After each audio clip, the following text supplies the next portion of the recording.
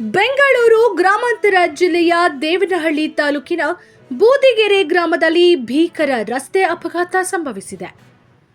ಬೂದಿಗೆರೆ ಬಾಗಲೂರು ರಸ್ತೆಯಲ್ಲಿ ತಡರಾತ್ರಿ ನಡೆದ ಈ ದುರ್ಘಟನೆಯಲ್ಲಿ ವಿದ್ಯುತ್ ಕಂಬಕ್ಕೆ ದ್ವಿಚಕ್ರ ವಾಹನ ಡಿಕ್ಕಿ ಹೊಡೆದ ಪರಿಣಾಮ ವಿದ್ಯಾರ್ಥಿಯೊಬ್ಬ ಸ್ಥಳದಲ್ಲೇ ಸಾವನ್ನಪ್ಪಿದ್ದಾನೆ.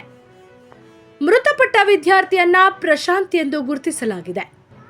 ಪಲ್ಸರ್ ಬೈಕ್ನಲ್ಲಿ ಪ್ರಯಾಣಿಸುತ್ತಿದ್ದ ವೇಳೆ ನಿಯಂತ್ರಣ ತಪ್ಪಿ ವಿದ್ಯುತ್ ಕಂಬಕ್ಕೆ ಡಿಕ್ಕಿ ಹೊಡೆದಿದ್ದು, ಅಪಘಾತದ ತೀವ್ರತೆಗೆ ಪ್ರಶಾಂತ್ ಸ್ಥಳದಲ್ಲೇ ಮೃತಪಟ್ಟಿದ್ದಾನೆ. ಇನ್ನೊಬ್ಬ ವಿದ್ಯಾರ್ಥಿ ತೇಜ ಗಂಭೀರವಾಗಿ ಗಾಯಗೊಂಡಿದ್ದು, ಅವರನ್ನ ತಕ್ಷಣವೇ ದೇವನಹಳ್ಳಿ ಸರ್ಕಾರಿ ಆಸ್ಪತ್ರೆಗೆ ದಾಖಲಿಸಿ ಚಿಕಿತ್ಸೆ ನೀಡಲಾಗುತ್ತಿದೆ.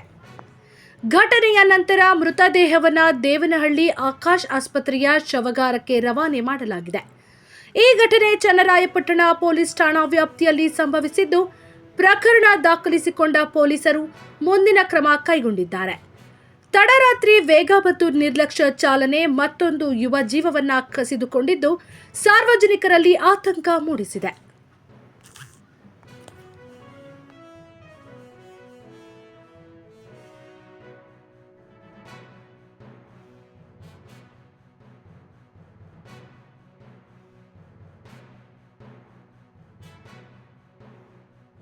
నేమ్ అదే వాళ్ళ పేరు చెప్పండి.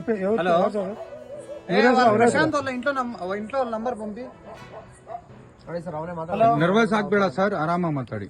ಮನೆ ಅವ್ರಿಗೆ లేదా ನೇಮ್ ಅವ್ರೆ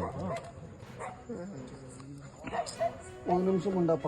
ఫస్ట్ అంబులెన్స్ వీళ్ళు సార్ మాట్లాడో పేరు చెప్పు. వాళ్ళ పేర్లు చెప్పు. ಈಗ ಅವ್ರು